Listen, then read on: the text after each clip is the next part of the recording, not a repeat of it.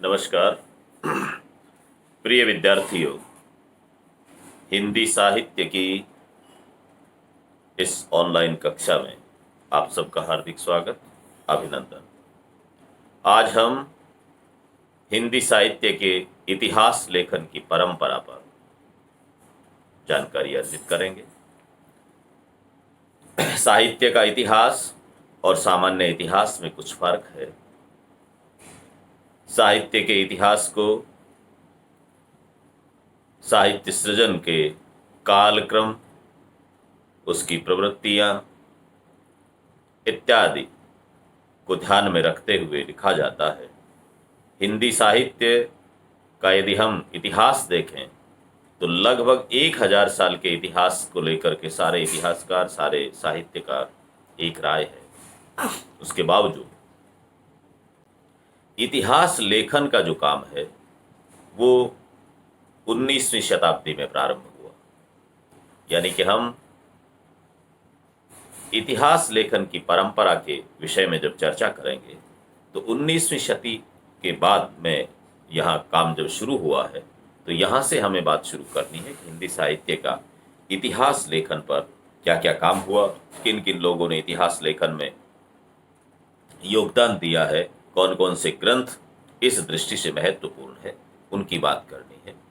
पूर्व पीठिका के रूप में यदि हम बात करें तो 19वीं शताब्दी से पूर्व भी बहुत से कवियों ने, लेखकों ने ऐसी पुस्तकें, ऐसे ग्रंथ तैयार किए जिनमें बहुत से कवियों के व्यक्तित्व, कृतित्व का आंशिक रूप से प्रकाश डाला गया, किंतु उनमें कालक्रम को लेकर के, सन संवत को लेकर के, विषय वस्तु आदि को लेकर के कोई विवेचन नहीं हुआ, किसी तरह का विभाजन नहीं हुआ। इसलिए उन्हें इतिहास की संज्ञा नहीं दी जा सकती। ऐसी दृष्टि में जब हम पूर्व पीठिका के रूप में देखते हैं तो 4 ग्रंथ विशेष रूप से जिन पर चर्चा होती है वो माने जा सकते हैं कि इतिहास की दृष्टि से वो पूर्व पीठिका के रूप में, प्रस्तावना के रूप में, पृष्ठभूमि के रूप में काम में आते हैं। वो हैं 84 वैष्णवन की वार्ता, 252 वैष्णवन की वार्ता, भक्तमाल और कविमाल। ये भी आपके ध्यान में रहे कि 19वीं शताब्दी से पहले हमारे यहाँ पर कविता ही लिखी जाती थी, गद्य का प्रचलन था नहीं। गद्य का जन्म 19वीं शताब्दी में ही हुआ है। इसलिए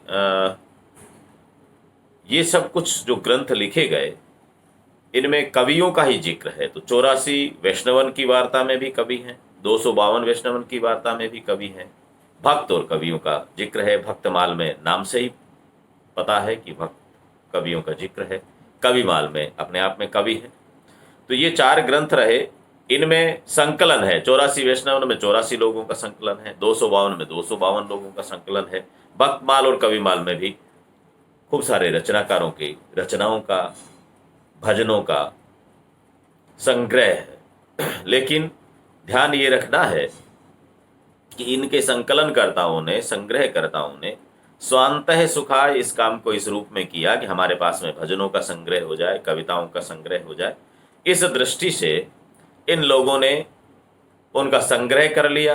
किसका नाम पहले आएगा, किसका बाद में आएगा, इसके लिए कौन सा तरीका अपनाया जाए, इस पर उन्होंने कभी चर्चा, ऐसा विचार ही उन्होंने नहीं किया, क्योंकि उनका इतिहास लेखन उनका कोई आधार विचार नहीं था। उनका मंतव्य इतिहास से संबंधित था ही नहीं। इसलिए उनका मात्र इतना सा मन था कि ये चीज़ें हमारे पास में संकलित हो जाए, और उन्होंने उसको संकलित, संग्रहित कर दी। इतिहास लेखन की दृष्टि से जब हम बात करें तो हिंदी साहित्य में पहला प्रयास, इस पर भी बहुत से लोगों की अपनी अपनी राय है। पहले प्रयास के रूप में सबसे पहले लिखने वाला जो नाम है वो फ्रांसीसी विद्वान, वो हमारे हिंदी के विद्वान नहीं, फ्रांसीसी भाषा के विद्वान गारशा द तासी, नाम आप याद रखेंगे विद्यार्थी, आपने पढ़ा भी होगा क्योंकि आप प्रथम वर्ष में प्रवेशित हुए हैं। इसके पहले आपने हिंदी साहित्य को स्कूल स्तर पर ही पढ़ा है। तो फ्रांसीसी विद्वान गारशा द तासी का नाम आपने सुना होगा। उन्होंने पहला इतिहास हिंदी का लिखा। उनके इतिहास का नाम था इस्तवार द ल लिटरेचर एंदुई एंदुस्तानी, इस्तवार द ल लिटरेचर एंदुई एंदुस्तानी। तो एंदुई एंदुस्तानी माने हिंदी का ही नाम, हिंदवी, हिंदुस्तानी, ऐसा हिंदी के नाम से ही है। तो उर्दू मिश्रित हिंदी थी, उसको हिंदू ही कहते थे। तो उन्होंने ये पहला इतिहास ग्रंथ लिखा। शिव सिंह सरोज नाम से ठाकुर शिव सिंह सेंगर ने इतिहास ग्रंथ लिखा। तो बहुत से लोगों का, जैसे डॉक्टर रूपचंद पारिक ने कहा कि हम पहला कालक्रम की दृष्टि से, लिखने की दृष्टि से तो गारसाद तासी का जो पहला ग्रंथ है ये इतिहास ग्रंथ के रूप में इसी को माना जाएगा। 1839 में इसका पहला संस्करण आ गया, दूसरा संस्करण 1847 में आया। तो ये सबसे पहले हिंदी इतिहास ग्रंथ की दृष्टि से इसको माना जाता है। लेकिन डॉक्टर किशोरीलाल गुप्त ये कहते हैं कि भी तासी ने कवियों का विवरण काल क्रमानुसार दिया है और न ही काल विभाग दिया है। तो यानी काल क्रम के हिसाब से कवियों का विवरण नहीं दिया और काल विभाग भी नहीं किए, इसलिए इसको इतिहास नहीं कहा जा सकता। उन्होंने तो क्या, इसकी हम चर्चा करेंगे आगे, क्या हुआ क्या नहीं हुआ इसके विषय में जानकारी लेंगे। यहाँ पर मात्र मैं इतना सा बताऊं कि पहला इतिहास ग्रंथ किसको माना जाए, इसको लेकर के विद्वानों में मतैक्य नहीं है। लेकिन काल क्रम के हिसाब से देखें पहले कौन सा लिखा गया, तो फिर इस्तवार लिटरेचर हिंदू ये हिंदुस्तानी गारसाद तासी का जो ग्रंथ है वो पहला है। उसके बाद में शिव सिंह सरोज का आया, ठाकुर शिव सिंह सेंगर का शिव सिंह सरोज नाम से ग्रंथ है। लेकिन डॉक्टर किशोरीलाल गुप्त ने कहा कि जो अंग्रेजी विद्वान जॉर्ज ग्रियर्सन ने हिंदी साहित्य का इतिहास लिखा, उसका नाम है the modern vernacular literature of Hindustan. The modern vernacular literature of Hindustan, ये जॉर्ज ग्रियर्सन का हिंदी साहित्य का इतिहास है। इसको उन्होंने कहा कि ये हिंदी का पहला इतिहास मानना चाहिए, इसमें इतिहास के नियमों की पालना, साहित्य के इतिहास के नियमों की पालना हुई है। लेकिन इस पर भी सारे विद्वान एक मत नहीं है। डॉक्टर रामकुमार वर्मा ने कहा कि नहीं, तासी का जो प्रयास है, गारसाद तासी का पहला प्रयास है, वो बड़ा महत्वपूर्ण है, उसको मानना चाहिए। बहुत से लोगों ने शिव सिंह सरोज और मिश्र बंधु विनोद की खूबियां भी उन्होंने काउंट करके इस रूप में रखा कि भाई इनका भी अपना काम है, हर एक की अपनी विशिष्टताएं हैं। इन सब के बाद में जब हम चलते हैं, यदि पहले इतिहास को और व्यवस्थित इतिहास की बात करें, तो फिर पहला व्यवस्थित इतिहास, विद्यार्थी ध्यान रखें, हमारे सामने नाम तो सारे ही रहेंगे जिन पर हम अभी चर्चा करेंगे पूरी। पहला नाम हमारे सामने गारसाद तासी का आया है, उनका इतिहास है। फिर जॉर्ज ग्रियर्सन के इतिहास की भी बात हुई, जिनको किशोरीलाल जी ने कहा कि इसको पहला मानना चाहिए। रूपचंद जी ने कहा गारसाद तासी को मानना चाहिए। रामकुमार वर्मा ने गारसाद तासी वाली बात पर अपनी सहमति जताई। लेकिन व्यवस्थित इतिहास की दृष्टि से देखें, आचार्य रामचंद्र शुक्ल का जो इतिहास है उसको हिंदी का पहला व्यवस्थित इतिहास माना जा सकता है। और आज तक इस पर एक मत है अधिकांश विद्वान कि हिंदी साहित्य के इतिहास की दृष्टि से व्यवस्थित इतिहास यदि किसी को कहा जाए तो फिर आचार्य रामचंद्र शुक्ल का लिखा हिंदी साहित्य का इतिहास, इसको माना जाए, क्योंकि इसमें काल विभाजन और साहित्य इतिहास के नामकरण की सुदृढ़ परंपरा का निर्वहन इन्होंने किया और इसका आरंभ यहाँ से हुआ। प्रवृत्तियों के आधार पर आचार्य रामचंद्र शुक्ल ने इतिहास लिखा। तो इसलिए विद्यार्थियों से मैं आग्रह करूंगा, यदि आपको ये पूछा जाए कि हिंदी साहित्य का पहला इतिहास किसे माना जाए, किसने लिखा है, तो ये स्कूल में और कॉलेज की पढ़ाई में थोड़ा सा फर्क हो जाएगा। वहाँ तो एक उत्तर के आधार पर आपका काम चल जाएगा, यहाँ पर प्रश्न को उसी रूप में आपको समझना पड़ेगा।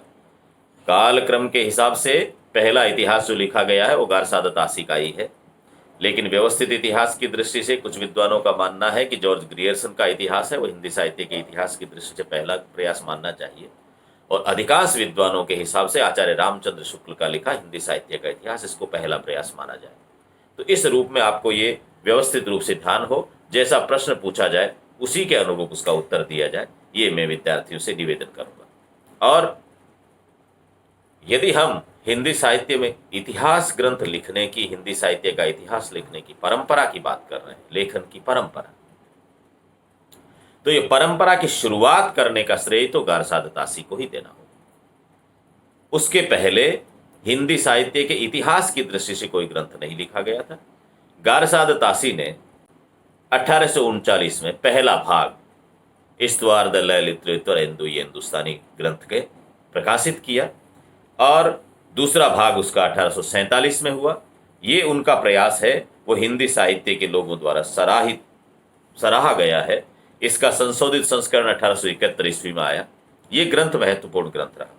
इसमें कवियों के अंग्रेजी वर्णमाला क्रम से उन्होंने नाम दे दिए कि फ्रांसीसी विद्वान थे। अंग्रेजी भाषा के जो ABCD क्रम होता है, वर्णों का क्रम, उस क्रम से उन्होंने कवियों के नाम दिए और हिंदी के 70 कवियों को उसमें शामिल किया।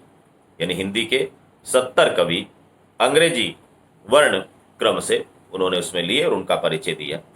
लेकिन कवियों का परिचय काल क्रमानुसार नहीं दिया, उन्होंने वर्ण क्रमानुसार दिया। इसलिए इतिहास की दृष्टि से आलोचकों का यह कहना है कि इसको हम काल क्रम के हिसाब से इतिहास नहीं मान सकते। हिंदी और उर्दू के कवियों को साथ में कर दिया, ये भी उन पर आरोप रहता है कि इसमें हिंदी और उर्दू के कवि एक साथ आ गए। यानी 70 हिंदी के कवि हैं लेकिन उर्दू के कवि भी उसमें, तो दोनों को घाल मेल हो गया, ऐसा लोगों का आरोप है। युगीन प्रवृत्तियों और साहित्यिक विशेषताओं का उसमें कोई निर्देश नहीं है। इसलिए इतिहास की दृष्टि से, व्यवस्थित इतिहास की दृष्टि से इस पर शक किया जाता है, शंका की जाती है, उस पर ये आक्षेप लगते हैं। तथ्य और सूचनाएं भी, क्योंकि विदेशी विद्वान थे, उनको जितनी सूचनाएं मिल सकती थी उतनी सूचनाएं उन्होंने ली, जिन सोर्सेज से ली अपने हिसाब से उनको लिख दिया। इसलिए उनका भी विश्वसनीयता पर प्रश्न चिन्ह उठाए जाते हैं। इस ग्रंथ को इतिहास न कहकर इतिहास लेखन की दिशा में किया गया प्रथम प्रयास कहना ही समीचीन होगा। तो आप विद्यार्थी ये ध्यान रखें कि गारसाद तासी का जो ग्रंथ है, इसको पहला इतिहास भले ही नहीं कहें, लेकिन इतिहास लेखन परंपरा की दिशा में किया गया प्रथम प्रयास, इससे इसको कोई नकार नहीं सकते। इस रूप में इसे ध्यान में रखना है। तो पहला गारसाद तासी का, आपको याद रखने में कुछ विद्वानों के नाम आपसे निवेदन करता हूं, ये आपको ध्यान में रखने हैं। जब आपके प्रश्न आए इतिहास लेखन परंपरा, तो फिर ये चीजें आपको लिखनी है। तो पहला गारसाद तासी, उन्होंने 1839 में पहला भाग, 1847 में दूसरा भाग, और उसका फिर संशोधित संस्करण 1871 में निकला, ये याद रखना है।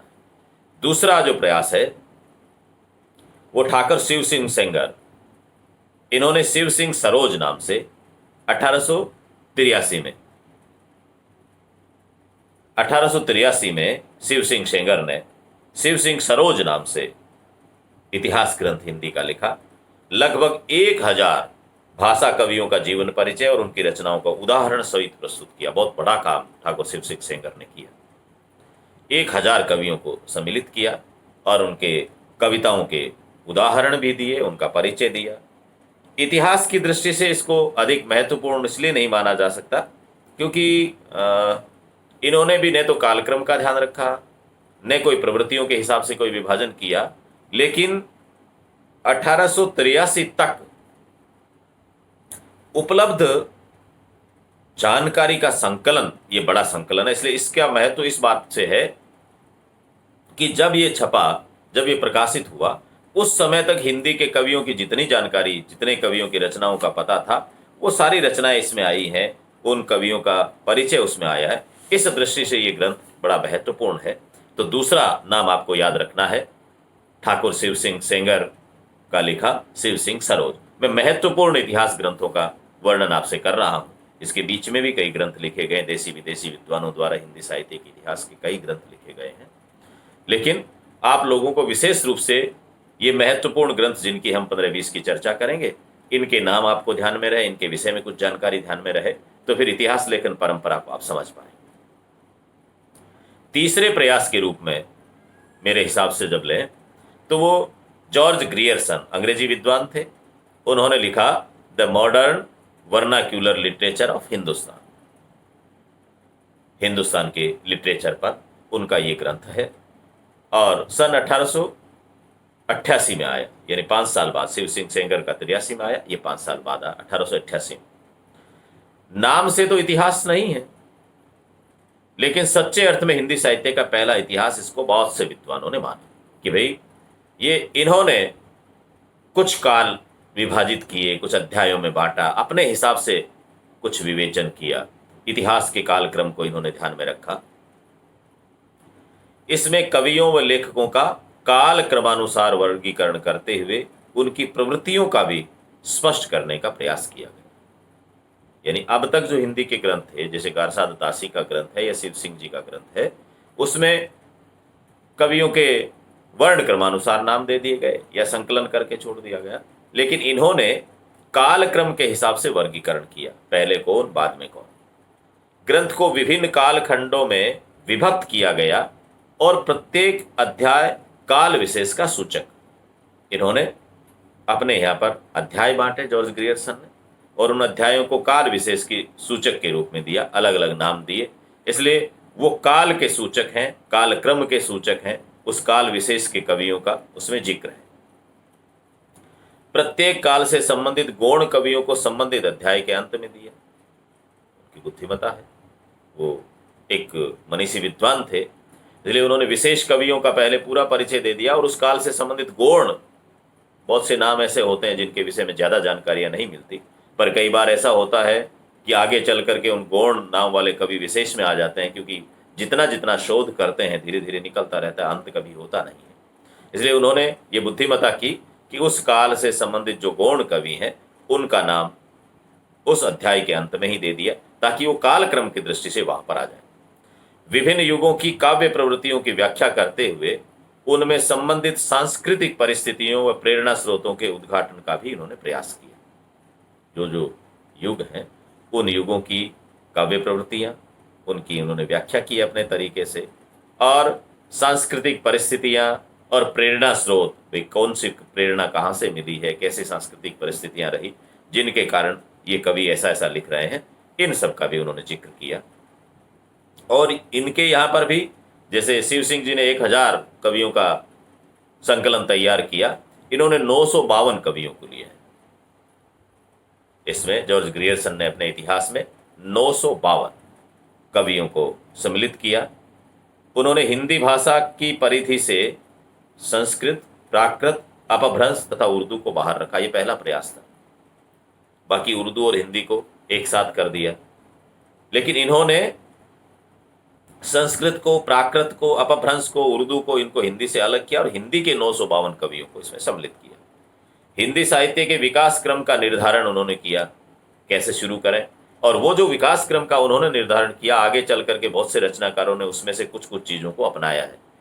जॉर्ज ग्रियर्सन चारण काव्य, धार्मिक काव्य, प्रेम काव्य, दरबारी काव्य के रूप में उन्होंने हिंदी साहित्य के कालक्रम का निर्धारण किया। ये बाद में चलकर भी बहुत से रचनाकारों ने प्रथम को चारण का काव्य कहा है। इन्होंने अलग अलग काव्य को पार्ट किए, तो चारण काव्य में धार्मिक काव्य, प्रेम काव्य और दरबारी काव्य, ये पार्ट किए उन्होंने। 16वीं 17वीं शताब्दी का भक्ति काल है, उसको भक्ति काव्य के नाम रूप से उन्होंने दिया, और इसको स्वर्ण युग मानना ग्रियर्सन की उपलब्धि है। यानी उन्होंने 16वीं और 17वीं शताब्दी का जो हिंदी का साहित्य है, जो भक्ति काल का साहित्य है, इसको उन्होंने स्वर्ण काल कहा, हिंदी साहित्य का स्वर्ण काल। और आज भी हम पढ़ते हैं हिंदी साहित्य के स्वर्ण काल के रूप में भक्ति काल ही है। तो ये जॉर्ज ग्रियर्सन की उपलब्धि है कि उन्होंने काल क्रमानुसार कुछ अध्याय तय किए, उनमें कवियों का नाम लिखा, गौण कवियों को उसमें साथ में दिया, सांस्कृतिक परिस्थितियों का जिक्र किया, प्रवृत्तियों पर थोड़ी बात की, प्रवृत्तियों के हिसाब से नामकरण किया, और भक्ति काल को स्वर्ण काल कहा। ये उनकी बुद्धिमता रही, उनके अध्ययन की सराहना करनी चाहिए। इसलिए ये प्रयास इतिहास लेखन की परंपरा में पहला कदम श्रेष्ठ माना जाता है कि इसको हिंदी साहित्य का पहला इतिहास माना जाए। इस पर बहुत से विद्वान एक मत है। इससे अगला प्रयास है मिश्र बंधुओं का। मिश्र बंधु विनोद नाम से हिंदी साहित्य का इतिहास आया। इसके 4 भाग है। पहले 3 भाग 1913 ईस्वी में प्रकाशित हुए और चौथा भाग 1934 में, उसके 30 साल बाद में प्रकाशित हुआ। मिश्र बंधु विनोद बहुत बड़ा ग्रंथ है। अब तक प्रकाशित सारे ग्रंथों में सबसे बड़ा ग्रंथ मिश्र बंधु विनोद है, जिसमें 5000 कवियों को स्थान दिया गया। मिश्र बंधुओं ने बहुत प्रयास किया, बहुत बड़ा काम किया उन्होंने, और ये 2250 प्रश्नों का इतिहास ग्रंथ है। ये मिश्र बंधुओं ने 5000 कवियों को सम्मिलित करते हुए इस ग्रंथ को तैयार किया। 8 से अधिक कालखंडों में विभाजित किया, क्योंकि जॉर्ज ग्रियर्सन के बाद में ये परंपरा चल पड़ी कि फिर हम विभाजित, रचनाकारों ने जिन्होंने इतिहास ग्रंथ लिखे हैं उन्होंने फिर कालक्रम में विभाजित करना शुरू किया, प्रवृत्तियों के हिसाब से विभाजित करना शुरू किया। इन्होंने भी 8 से अधिक कालखंडों में अपने इस ग्रंथ को विभाजित किया। कवियों के विवरण के साथ साथ साहित्य के विभिन्न अंगों पर भी प्रकाश डाला है इन्होंने। साहित्य के अंग, उन पर प्रकाश डाला, साहित्य का विश्लेषण संश्लेषण किया है, साहित्य के मूल्यांकन की समीक्षा की बात की है। आचार्य शुक्ल ने भी कवियों के परिचयात्मक विवरण प्राय इस ग्रंथ से लिए। ये इस ग्रंथ की विशेषता है। आचार्य शुक्ल ने जब हिंदी साहित्य का इतिहास लिखा, जिसको हम प्रथम व्यवस्थित इतिहास हिंदी का कहते हैं, तो शुक्ल ने भी अधिकांश कवियों के जो वर्णन है, विवरण है, वो इसी ग्रंथ से उठाए हैं। तो मिश्र बंधु विनोद भी इतिहास लेखन की परंपरा में एक महत्वपूर्ण नाम हमारे सामने है। इसके आगे आचार्य रामचंद्र शुक्ल का नाम आता है। हिंदी साहित्य इतिहास लेखन में ये मील का पत्थर है। आचार्य रामचंद्र शुक्ल बहुत बड़े विद्वान थे। हिंदी साहित्य के आलोचकों में आज भी उनके बराबर दूसरा नाम नहीं पहुंच पाया है। आचार्य रामचंद्र शुक्ल ने हिंदी साहित्य का इतिहास नाम से ही 1929 में उनका ये इतिहास छपा, इतिहास ग्रंथ आए। और इसकी भी कहानी यही है कि इन्होंने इतिहास ग्रंथ लिखने के हिसाब से तो नहीं लिखा था। शुरुआत तो हुई कि काशी नागरी प्रचारणी सभा द्वारा प्रकाशित हिंदी शब्द सागर, उसकी भूमिका इन्होंने लिखी। हिंदी शब्द सागर की, जो काशी नागरी प्रचारणी सभा से प्रकाशित होता है, उसकी भूमिका लिखी। और वो भूमिका बड़ी लंबी चौड़ी भूमिका थी। आप देखते हैं कि पुराने विद्वानों की भूमिकाएं, विद्यार्थी भी पढ़ें, पुराने ग्रंथों को जब पढ़ते हो तो ग्रंथ को समझने के लिए उसकी भूमिका पढ़नी है। आज के लिए धीरे धीरे ट्रेंड कम हो गया, छोटी भूमिकाएं लिखी जाने लगी समय के हिसाब से। लेकिन पुराने विद्वान, उनकी भूमिकाएं आप पढ़ोगे तो भूमिका में सब कुछ सार उसी का नहीं, उस परंपरा का पूरी का सार आ जाता है। आचार्य रामचंद्र शुक्ल ने भी शब्द सागर की भूमिका में हिंदी साहित्य का इतिहास जैसा लिख दिया। वो वृहद जो भूमिका थी, बाद में उस भूमिका को ही उन्होंने इतिहास रूप में परिवर्तित किया, उसका विस्तार किया। और उन्होंने कहा कि साहित्य जनता की चित्त वृत्तियों का संचित प्रतिबिंब है। उन्होंने साहित्य को इस दृष्टि से, जनता के जो चित्त की वृत्तियां हैं उनका संचित प्रतिबिंब साहित्य है। ये रामचंद्र शुक्ल ने साहित्य के प्रति अपना दृष्टिकोण जाहिर किया। इन्होंने कवियों की संख्या की बजाय उनके साहित्यिक मूल्यांकन को अधिक महत्व दिया। भी कौन से काल में कितने कवि ज्यादा हैं कि कम है, इससे नहीं। इन्होंने कहा कि उनका साहित्यिक मूल्यांकन करना चाहिए। कवियों की रचनाओं का साहित्यिक मूल्यांकन, उनका साहित्यिक अवदान क्या है, समाज को उनकी देन क्या है, मानवता को बचाने के लिए उनका क्या काम है, मानव कल्याण के लिए, लोक मंगल के लिए उनका योगदान क्या है, इस दृष्टि से उन्होंने अपने इतिहास को सृजित किया। कालखंड एवं काव्य धाराओं का सुनिश्चित वर्गीकरण कर कवि और लेखकों की शैली विशेष का वैज्ञानिक विश्लेषण आचार्य रामचंद्र शुक्ल ने किया। तो कालखंडों को, काव्य धाराओं को, उनका सुनिश्चित वर्गीकरण किया, वर्गीकरण करके लेखकों को शैली विशेष को लेकर के उनका वैज्ञानिक विश्लेषण किया। ये रामचंद्र शुक्ल की विशेषता रही, इसलिए इसको व्यवस्थित इतिहास, पहला व्यवस्थित इतिहास मानते हैं। यह अपने विषय का सर्वप्रथम इतिहास है जिसमें अत्यंत व्यापक, सूक्ष्म दृष्टि, विकासवादी दृष्टिकोण, विशद विवेचन और विश्लेषण तथा तर्कानुमत निष्कर्ष एकत्र मिलते हैं। ये इस ग्रंथ के विषय में अनेक विद्वानों की एक राय को करते हैं, उनका निष्कर्ष लेते हैं, तो ये है कि इसमें एक साथ में इतनी विशेषताएं मिलती है। इतिहास वस्तुतः इतिहास लेखन के हिसाब से यदि श्रेष्ठ प्रयास कहा जाए तो आचार्य रामचंद्र शुक्ल का प्रयास है। तो इसी को हिंदी साहित्य का व्यवस्थित इतिहास माना जाता है। और अधिकांश आगे के रचनाकारों ने भले ही वो इनसे सहमति की हो कि असहमति व्यक्त की हो, लेकिन रामचंद्र शुक्ल को इग्नोर कोई नहीं कर पाया, उनको नज़रअंदाज नहीं कर पाए। इसके बाद के सारे रचनाकारों ने रामचंद्र शुक्ल को कोट किया है, या तो उनकी जो धारणाएं हैं, उनकी जो मान्यताएं हैं, उनको सबने समर्थन किया होगा, या फिर उनका खंडन किया है तो भी उनकी बात को लेकर के आगे बढ़े हैं। इसलिए ये अपने आप में एक महत्वपूर्ण पड़ाव है हिंदी साहित्य इतिहास लेखन परंपरा का। इसके बाद में जो उल्लेखनीय नाम आता है, यद्यपि ग्रंथ लिखे जाते रहे, मैं पहले भी आपसे निवेदन कर रहा हूँ, लेकिन इसमें आपको जो नाम याद रखना है हिंदी साहित्य इतिहास लेखन परंपरा की दृष्टि से, वो है आचार्य हजारी प्रसाद द्विवेदी। 1929 में रामचंद्र शुक्ल का इतिहास आया और उसके बाद में आप देखेंगे कि 38 और 40, 1938 और 40 के बीच में आचार्य हजारी प्रसाद द्विवेदी की 3 पुस्तकें इतिहास की दृष्टि से, हिंदी साहित्य के इतिहास की दृष्टि से महत्वपूर्ण पुस्तकें आई। पहली हिंदी साहित्य की भूमिका, दूसरी हिंदी साहित्य उद्भव और विकास, और तीसरी हिंदी साहित्य का आदिकाल। काल के नामकरण की बात हम बाद में करेंगे उस अध्याय में। अभी तो हम इतिहास लेखन परंपरा की बात कर रहे हैं, वहां पर हम बात करेंगे कौन से काल का किसने क्या नाम दिया और किस आधार पर दिया, उसके पीछे उनके पास में प्रमाण क्या थे।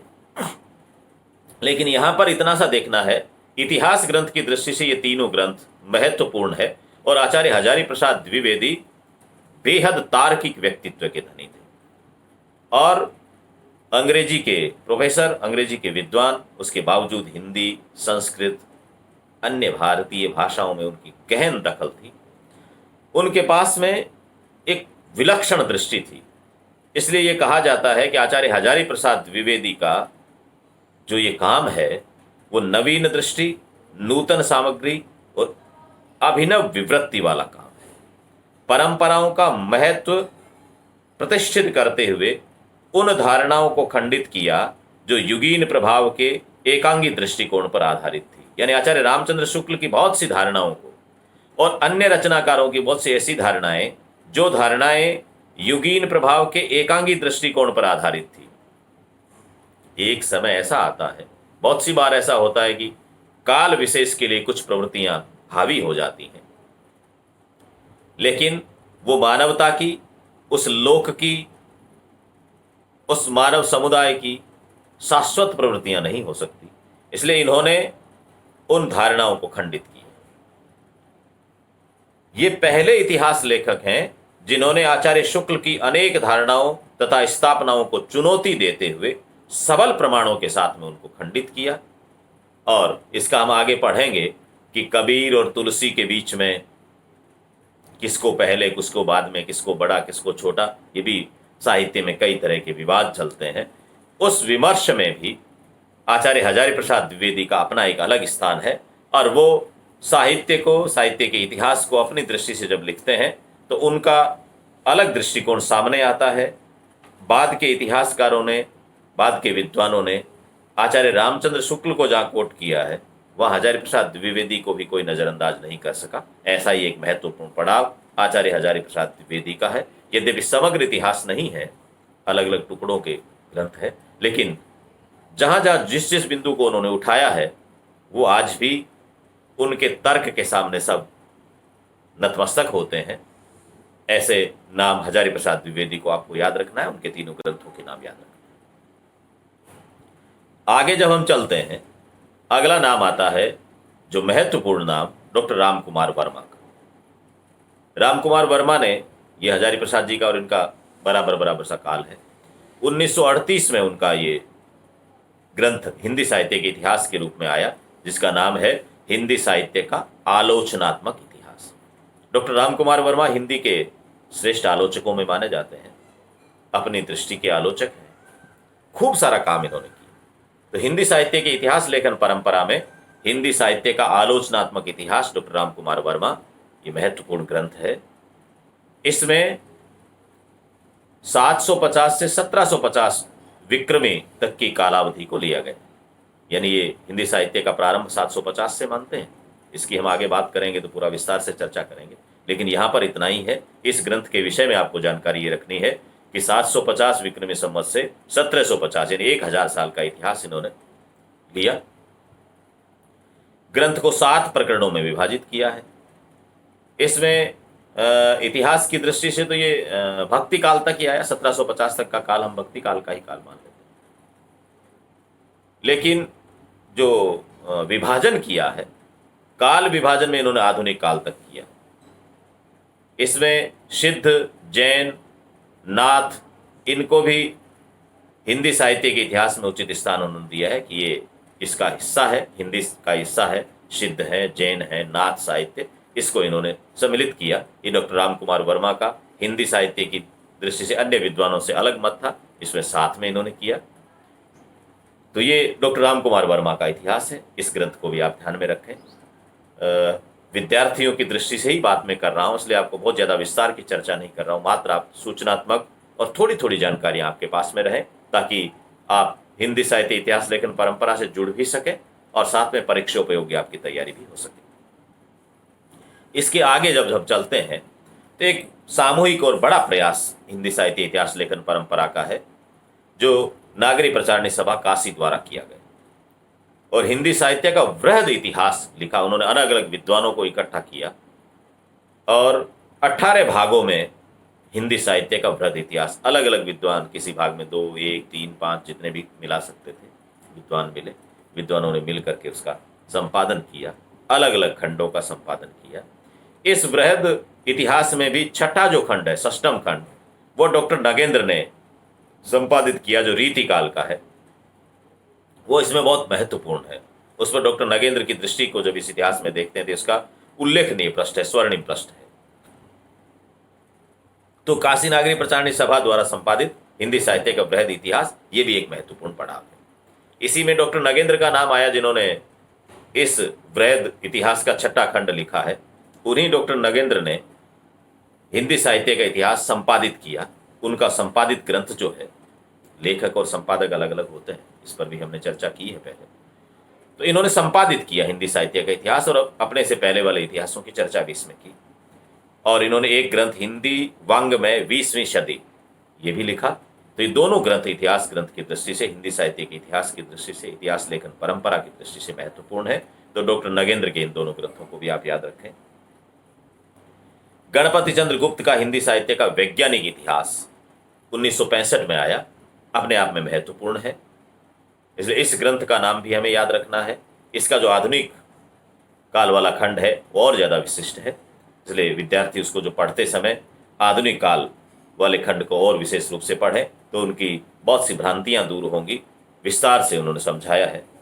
इसके आगे कुछ ग्रंथों के नाम मैं पढ़ता हूं, क्योंकि यहां तक आप लिखोगे तो आपके प्रश्न का इतिहास लेखन परंपरा में ये पड़ाव में आप पहुंच जाएंगे, क्योंकि हम 1839 से चले हैं और 1965 तक कुछ इतिहास ग्रंथों के हमने नाम लिए हैं।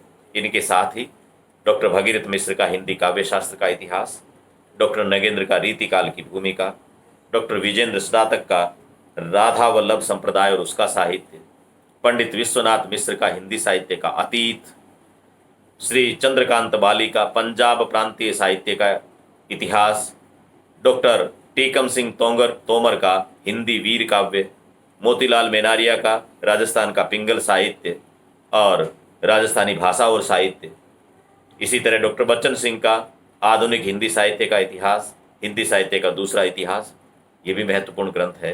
प्रोफेसर रामस्वरूप चतुर्वेदी हिंदी साहित्य और संवेदना का विकास, ये भी महत्वपूर्ण ग्रंथ है।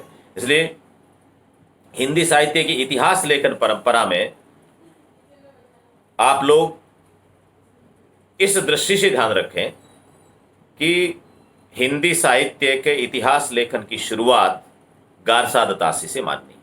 उसके पहले कुछ भक्त कवियों का, रचनाओं का, संतों की रचनाओं का संकलन हुआ, लेकिन उसको हम इतिहास में नहीं रख सकते। गारसाद तासी, शिव सिंह सेंगर, मिश्र बंधु, रामचंद्र शुक्ल, रामकुमार वर्मा, आचार्य हजारी प्रसाद द्विवेदी, इन सब रचनाकारों को, गणपति चंद्र गुप्त को, डॉक्टर नगेंद्र को, इन लोगों का नाम, इनके ग्रंथों के नाम आपको ध्यान में रखने हैं। उनकी कुछ कुछ विशेषताएं जिन पर हमने चर्चा की उनको ध्यान में रखना है। और ये ध्यान रखना है कि जब साहित्य का इतिहास लिखा जाता है तो साहित्य का इतिहास मात्र साहित्यकारों का संकलन नहीं होता, मात्र रचनाओं का संकलन नहीं होता। साहित्य का इतिहास साहित्य की प्रवृत्तियों का इतिहास होता है, साहित्य में प्रवृत्तियों के विकास का इतिहास होता है। उसमें समय के साथ में प्रवृत्तियां महत्वपूर्ण होती है, और जब इसका काल क्रम निर्धारित किया जाता है तो न तो कोई एक प्रवृत्ति एक दिन में बनती है, न एक दिन में खत्म होती है।